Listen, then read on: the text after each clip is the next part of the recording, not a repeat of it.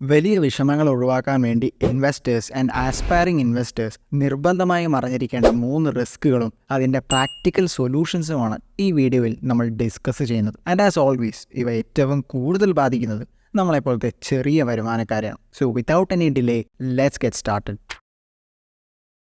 Companies പൂട്ടിപ്പോകുന്നതും നഷ്ടങ്ങൾ കുറയ്ക്കാൻ എംപ്ലോയീസിനെ പിരിച്ചുവിടുന്നതും കൊറോണ കാലം പോലത്തെ പ്രവർത്തിക്കാൻ പറ്റാത്ത സാഹചര്യങ്ങളും ഒക്കെ നമ്മെ പഠിപ്പിച്ചത് ഒരു കാര്യമാണ്: ഏത് നിമിഷവും നമ്മളുടെ വരുമാനമാർഗം ഇല്ലാതാകാം. അങ്ങനെ നിത്യജീവിതം നയിക്കാൻ ആവശ്യമായ പൈസ ഇല്ലാത്തൊരവസ്ഥ ഉണ്ടാകുമ്പോൾ നാച്ചുറലി ഇൻവെസ്റ്റ്മെൻറ്റ്സ് പിൻവലിക്കാൻ നമ്മൾ നിർബന്ധിതരാകും. But what if the market is down? നമ്മൾ 100 രൂപ തോതിൽ വാങ്ങിയ സ്റ്റോക്കിൻ്റെ വില വിൽക്കാൻ നോക്കുമ്പോൾ 30 രൂപയാണെങ്കിലോ, ഇനി അതല്ല റിയൽ എസ്റ്റേറ്റ് ഇൻവെസ്റ്റ്മെൻ്റ് ആണെങ്കിൽ ഒരു ബയറിനെ കണ്ടെത്താൻ നമ്മൾ കൂടുതൽ ബുദ്ധിമുട്ടും. ബിക്കോസ് അവിടെ ലിക്വിഡിറ്റി വളരെ കുറവാണ്. ഇനി ഒരാളെ കണ്ടെത്തിയാലും അത്യാവശ്യം നമ്മളുടേതായതുകൊണ്ട് തന്നെ വാങ്ങുന്ന ആൾക്കായിരിക്കും ബാർഗെയിനിങ് പവർ.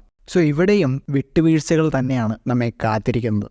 ഇത്തരത്തിലുള്ള സിറ്റുവേഷൻസ് ഒഴിവാക്കണമെങ്കിൽ ഇൻവെസ്റ്റ് ചെയ്യുന്നതിന് മുമ്പായി നമ്മളൊരു എമർജൻസി ഫണ്ട് ഉണ്ടാക്കണം. അതായത് മിനിമം 6 മാസത്തെ നിത്യച്ചെലവുകൾ വഹിക്കാൻ ആവശ്യമായ തുക നമ്മൾ നേരത്തെ മാറ്റിവെക്കണം. ഇത് നമുക്ക് പുതിയൊരു ജോലി അന്വേഷിക്കാനോ മറ്റൊരു വരുമാനമാർഗം ഉണ്ടാക്കാനോ ഉള്ള സാവകാശം തരും. ഐഡിയലി നമ്മുടെ എമർജൻസി ഫണ്ട് 1 കൊല്ലത്തെ ചിലവുകൾ കവർ ചെയ്യണം. ഈ തുക കണ്ടെത്തിയ ശേഷം ഇത് നമ്മൾ എവിടെ സൂക്ഷിക്കുന്നു എന്നതിനും വലിയ പ്രാധാന്യമുണ്ട്. വ്യക്തമായി പറഞ്ഞാൽ എളുപ്പത്തിൽ നമുക്കിത് ആക്സസ് ചെയ്യാനും പറ്റരുത്, എന്നാൽ ആവശ്യം വരുമ്പോൾ എടുക്കാൻ നമ്മൾ ബുദ്ധിമുട്ടാനും പാടില്ല. അന്വേഷിച്ചിടത്തോളം ബൈ ഫാർ ഇതിനുള്ള ബെസ്റ്റ് ഓപ്ഷൻ എന്ന് പറയുന്നത് ഫിക്സഡ് ഡെപ്പോസിറ്റ് ആണ്. ബിക്കോസ് സെക്യൂരിറ്റി കൂടാതെ ഇത് നമ്മളുടെ പൈസയ്ക്ക് ഇൻഫ്ലേഷൻ ഏതാണ്ട് സമമായ ഒരു ഇൻട്രസ്റ്റ് റേറ്റും നൽകും.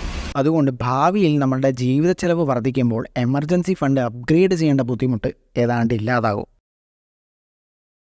നമ്മുടെ ചിലവുകളും അടവുകളും കഴിഞ്ഞ് കുറച്ച് പൈസ ബാക്കി വരുമ്പോൾ, അതല്ലെങ്കിൽ മറ്റേതെങ്കിലും കാരണവശാൽ കയ്യിലൽപ്പം എക്സ്ട്രാ ക്യാഷ് വരുമ്പോൾ നാച്ചുറലി ഒരു കൺഫ്യൂഷൻ ഉണ്ടാകും. ഇതെടുത്ത് ലോൺ അടക്കണോ അതോ ഇൻവെസ്റ്റ് ചെയ്യണോ? ലോണിൻ്റെ ഇൻട്രസ്റ്റ് റേറ്റ് ഒരു 50% നമുക്ക് ഇൻവെസ്റ്റ് ചെയ്ത് ഉണ്ടാക്കാൻ പറ്റുന്ന പ്രോഫിറ്റ് 15% ആണെങ്കിൽ തീർച്ചയായും ഇൻവെസ്റ്റിംഗ് ചെയ്യുന്നതാണ് നല്ല option. But the question is,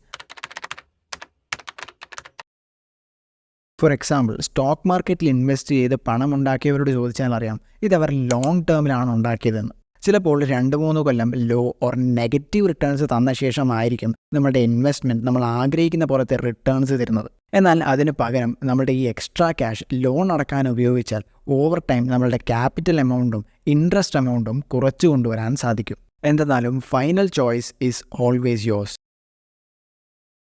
നമുക്കോ നമ്മളുടെ ഫാമിലി മെമ്പറിനോ ഒരു ആക്സിഡൻറ്റോ ഒരു മേജർ ഹെൽത്ത് പ്രോബ്ലമോ വന്നു കഴിഞ്ഞാൽ അതുമൂലം നമ്മുടെ കുടുംബത്തിൻ്റെ സാമ്പത്തിക അവസ്ഥ വളരെ ദയനീയമാകാം. ഒരു നല്ല ഹെൽത്ത് ഇൻഷുറൻസ് ഇല്ലെങ്കിൽ നമ്മളുടെ സ്വപ്നങ്ങളും ഇൻവെസ്റ്റ്മെൻറ്റ്സും എമർജൻസി ഫണ്ടുമൊക്കെ ഒരു നിമിഷം കൊണ്ടില്ലാതാകാം. ഇനി സാമ്പത്തിക ശേഷി പൊതുവെ കുറവാണെങ്കിൽ അത് നമ്മെ കടക്കിണിയിൽ വരെ എത്തിക്കാം. സോ ഏറ്റവും ആദ്യം നമ്മളുടെയും ഫാമിലിയുടെയും ഹെൽത്ത് ഇൻഷുർഡ് ആണെന്ന് ഉറപ്പുവരുത്തുക.